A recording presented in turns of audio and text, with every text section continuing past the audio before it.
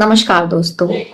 एक कॉमन सवाल जो बहुत बार बार मैं लोगों से सुनती हूँ कि अगर मेरा विजुअल डिसेबिलिटी, मेरी जो आंख का जो डिसेबिलिटी है वो 40% है और जो मेरी सुनने की जो डिसेबिलिटी परसेंटेज है वो 25% है, तो जो मेरा मल्टीपल डिसेबिलिटी वाला जो कार्ड है ना वो 55% क्यों दिखा रहा है, जबकि 40 और 25 को अगर जोड़े तो हम तो 65% दिखाना चाहिए।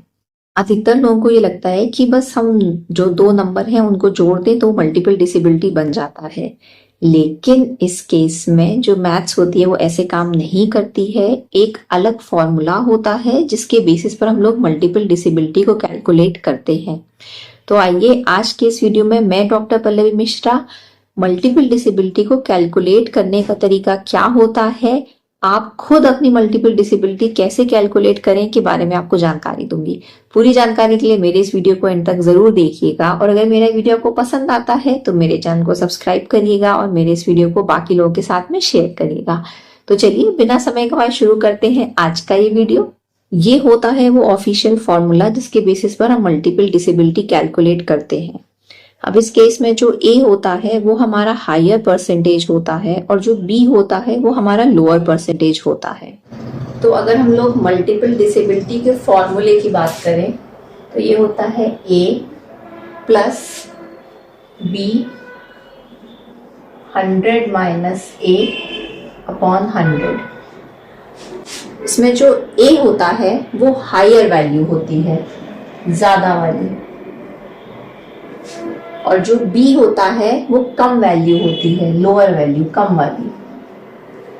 तो अगर आपके पास ऐसे ही मैं एक केस सिनेरियो बता रही हूँ।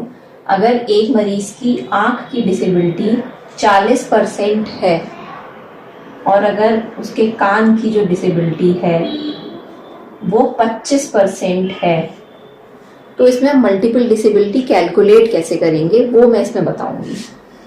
A में रखेंगे हम लोग 40 प्लस B में रखेंगे 25 क्योंकि वो कम है, 100 माइनस A में रखेंगे हम लोग 40 अपॉन 100। तो ये बना 40 प्लस 25, 100 में से 40 गया 60 बचा अपॉन 100। फिर 40 प्लस 25 इंटू 60 हुआ 1500 बटा 100। ये और ये कैंसिल, 40 प्लस 15 बराबर 55%। तो इस तरीके से मल्टीपल डिसेबिलिटी कैलकुलेट की जाती है। और 40 plus 25 is not equal to 65, वो आपकी डिसेबिलिटी बनेगी 55%। तो देखा आपने कि अगर एक डिसेबिलिटी 40% है और एक डिसेबिलिटी हमारी 25% है तो वो आपकी 65% नहीं बनेगी, वो आपकी 55% बनेगी। मल्टीपल डिसेबिलिटी को कैलकुलेट करने का यही एक तरीका होता है।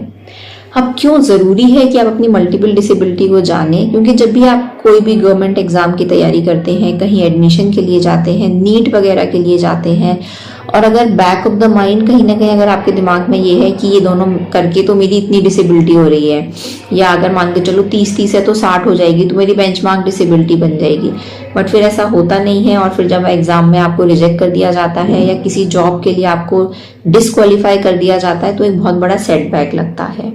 तो इसलिए मल्टीपल डिसेबिलिटी को जानना, उसको कैलकुलेट करना बहुत ज़रूरी होता है ताकि आप जिस भी चीज़ की तैयारी कर रहे हैं आप उस चीज़ के लिए प्रिपेयर हो पाएं। और जितने आसान तरीके से मैंने आपको बताया है, इतने आसान तरीके से तो मुझे लगता है आप खुद भी अपना मल्टीपल डिसेबिलिटी कैलकुलेट कर सकते हैं।